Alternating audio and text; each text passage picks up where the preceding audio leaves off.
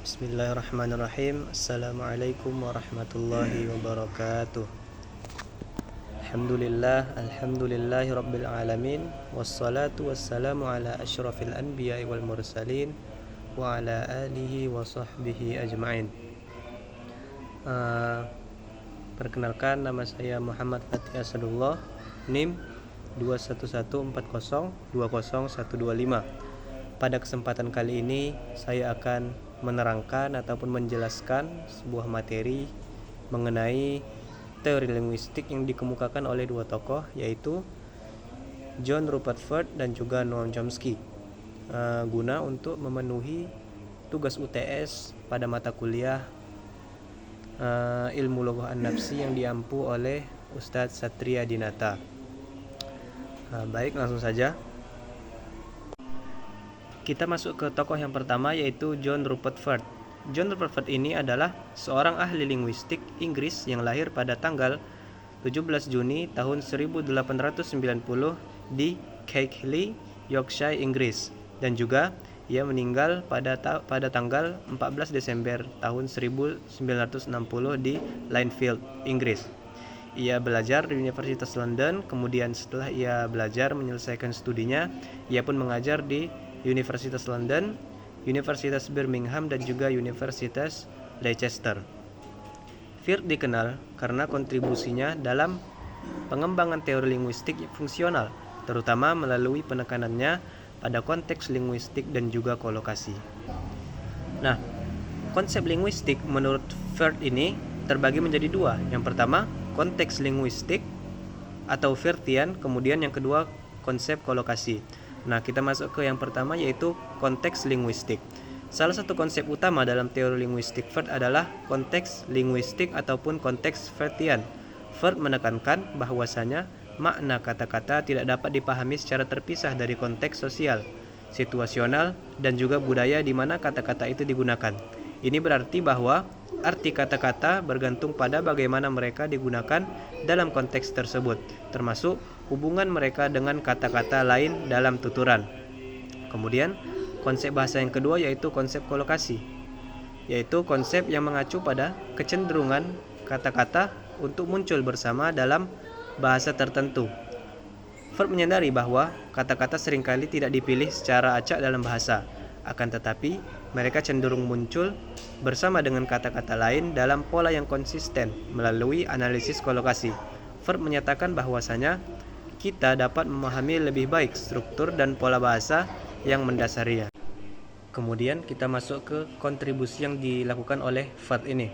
Selain kontribusinya terhadap teori linguistik, Firth juga berperan dalam pendirian dan juga pengembangan sekolah linguistik di London, yang mana merupakan pusat kegiatan linguistik penting pada abad ke-20.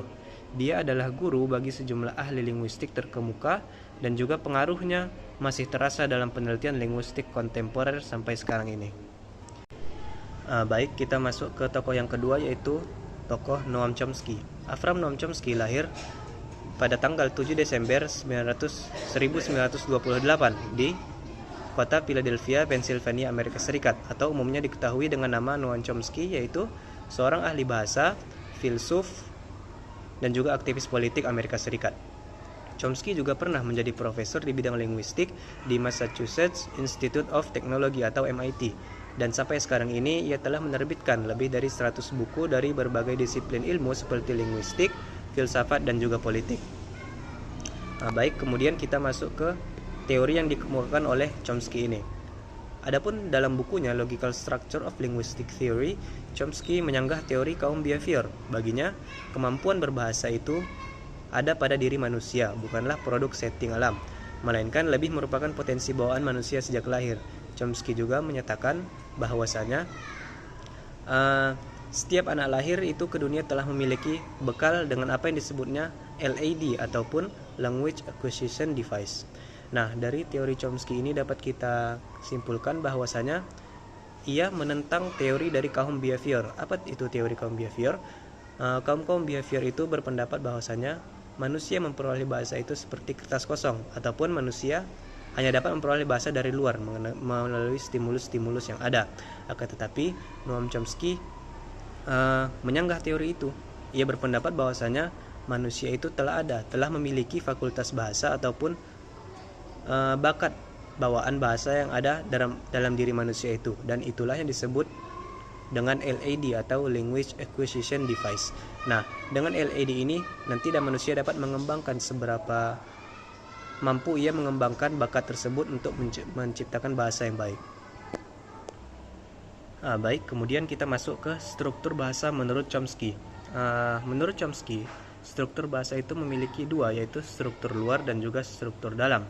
Struktur luar yaitu struktur yang menghubungkan aturan fonetik ke dalam suara. Kemudian struktur dalam yaitu struktur yang menghubungkan kata-kata dengan makna konseptual. Jadi seperti sebagai contoh, misalnya seseorang ingin pergi ke rumah makan dan dia memesan kepada ibu warung tersebut, "Bu, saya ayam."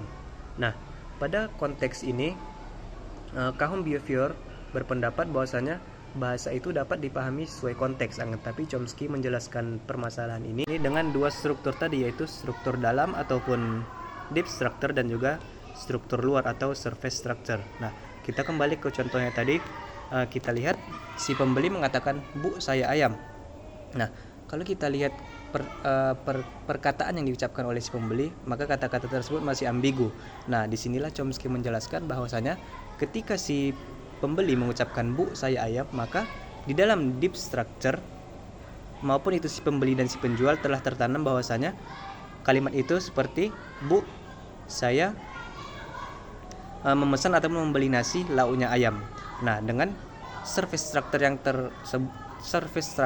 yang terkatakan seperti, "Bu, saya ayam", tetapi di deep structure-nya tertata seperti, "Bu, saya membeli nasi, lauknya ayam". Maka dengan inilah Chomsky dapat menjelaskan ataupun membantah teori-teori kaum behavioristik, yang mana kaum behavioristik berpendapat bahwasanya bahasa itu bisa saja dipahami sesuai konteksnya, tapi tidak bagi Chomsky. Chomsky berpendapat bahwasanya dalam konteks seperti ini dia menguraikan dengan dua struktur, yaitu struktur luar dan juga struktur dalam. Baik, kemudian kita lanjutkan yaitu inovasi Chomsky.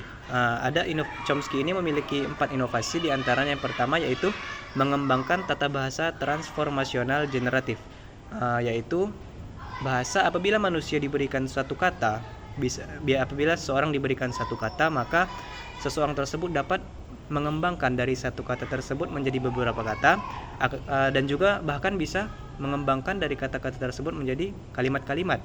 Nah, maka inilah fungsi dari LAD tadi, atau Language Acquisition Device, ataupun fakultas bahasa ini memiliki fungsi tersendiri bagi manusia tersebut, seperti mengembangkan sebuah bahasa yang diberikan kepada manusia menjadi kalimat, ataupun sebuah kata menjadi beberapa kata, seperti itu.